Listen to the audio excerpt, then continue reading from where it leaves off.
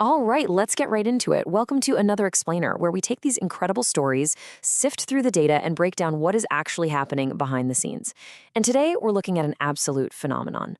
We're talking about a hit animated series that secretly, right under everyone's noses, operated as one of the most elaborate, mind-bending puzzle boxes in television history. Yep, we're talking about Gravity Falls. So I really want you to ask yourself, what is hiding in plain sight? Just imagine for a second sitting down to watch what looks like a totally goofy, lighthearted summer camp cartoon. You've got the twin siblings, Dipper and Mabel Pines, spending their vacation in the strange little town of Gravity Falls, Oregon. You think you're just watching a fun kid show, right? But what if, without you even realizing it, that exact same show was actively training you to become a literal forensic cryptographer? As one of our sources so perfectly put it, the show operates like a brilliant Trojan horse. Creator Alex Hirsch leaned super hard into this very modern, colorful, pastel 2010s aesthetic, with those rounded, bean-like characters. But that soft, welcoming exterior, it was completely masking a masterclass in audience manipulation and incredibly deep character development. The creators deliberately hid massive secrets within this inviting visual style, basically daring the viewer to look closer. So let's start by looking at cracking the credit ciphers, because this is where the game truly kicked off for the audience. The trap started off really simply. At the end of every single episode's credits, the creators embedded a secret coded message. For those first 6 episodes, they used a classic Caesar cipher. It's just a basic letter shifting technique. You literally just move each letter 3 spaces backward in the alphabet. So D becomes A, E becomes B, F becomes C, and the whole thing shifts. It's basically Cryptography 101, but it was designed specifically to hook that one curious viewer who was paying just a little extra attention. Now, if you were one of those viewers who noticed those weird jumbled letters in the very first episode, ran to grab a pen and paper, and actually paused your TV, you were instantly rewarded. The text ZHOFRPHWRJUDLWBIOOV decoded to a really simple, welcoming message, "Welcome to Gravity Falls." It was a tiny victory, sure, but it established a huge unspoken contract between the creator and the audience. If you pay attention, we promise you will be rewarded. But of course, the audience was smart. They cracked that Caesar cipher almost immediately and started sharing the decoder keys all over the internet. So the creators had no choice but to start escalating the puzzle. By episode 7, bam, the rules completely changed. They suddenly switched over to the @Bosch cipher, which is a method that entirely reverses the alphabet. So now A maps to Z, B maps to Y, and so on. Just when the audience got super comfortable shifting letters by 3, their homemade decoder rings became completely useless. They were basically forced to learn an entirely new decoding technique on the fly just to keep up with the show. And what exactly did they get for all that extra brain power? Well, sometimes it was really profound lore, but other times it was hilariously mundane. Like, the decoded message for episode 7 literally read, "Paper Jam Dipper says, Og XQ to get setsuhulufasitilivda." It's just brilliant. It perfectly highlights that unique Gravity Falls blend of incredibly intense, demanding cryptography mixed with unapologetically goofy humor. The creators knew exactly how to play with everyone's expectations. And the escalation didn't stop there. Not even close. By episode 14, the show switched it up again, this time jumping to alphanumeric substitution, converting numbers back into letters. So 14, 5, 24, 20, 21, 16 translates to next up.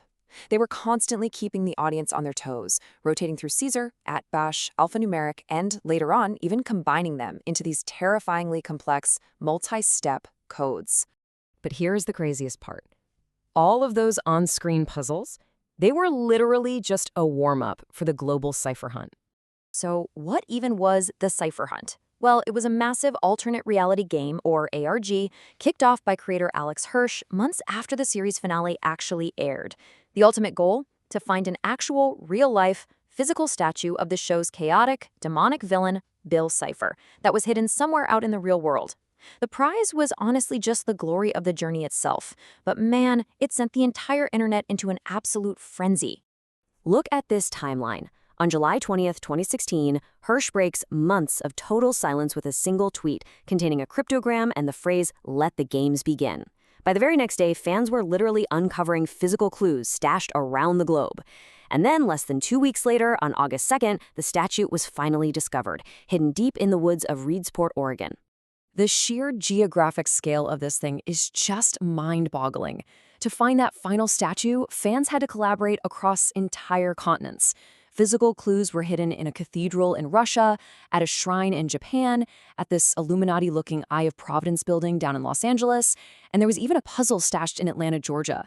People were traveling, they were live streaming their hunts, and they were working together seamlessly across totally different time zones. And the challenges along the way were brutally hard. Honestly, it's kind of bewildering that they pulled this off.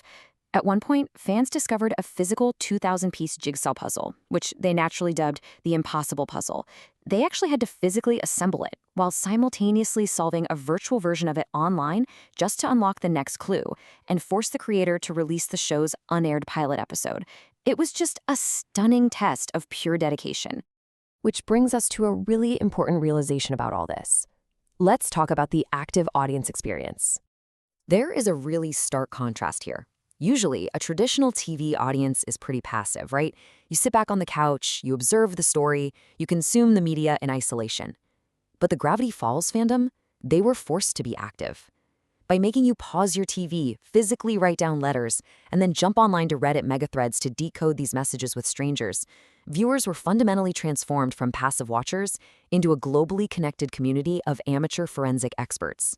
And that leads right into the core philosophy behind the entire show: rewarding intelligence. Too often, children's media just talks down to its audience. It over-explains every little detail. But by hiding these incredibly intricate codes and actually trusting that kids, and let's be real, adults too, would be smart enough to figure them out, Gravity Falls showed a massive amount of respect for the intelligence of its viewers. Ultimately, these ciphers deepened the narrative in ways most shows could only dream of. They demanded active neurological investment. You simply couldn't just tune out. That effort birthed a massive, collaborative online community that honestly still thrives today. And beautifully, the physical act of decoding mirrored the exact investigative journey of the main characters, Dipper and Mabel. You were solving the mysteries right alongside them. By pushing those puzzles out into the real world, it took a really great 2-season cartoon and turned it into an absolute eternal legend. Which leaves us with one final lingering question for you. Are you watching closely? Gravity Falls proved, without a doubt, that the media we consume every single day might just have layers, secrets, and incredible stories hidden right beneath the surface, just waiting for someone curious enough to start decoding them. So the next time you sit down to watch a show or read a book, maybe take a second look. You truly never know what might be hiding in the background. Thank you so much for joining me on this explainer. Keep your eyes open out there and keep questioning what you see.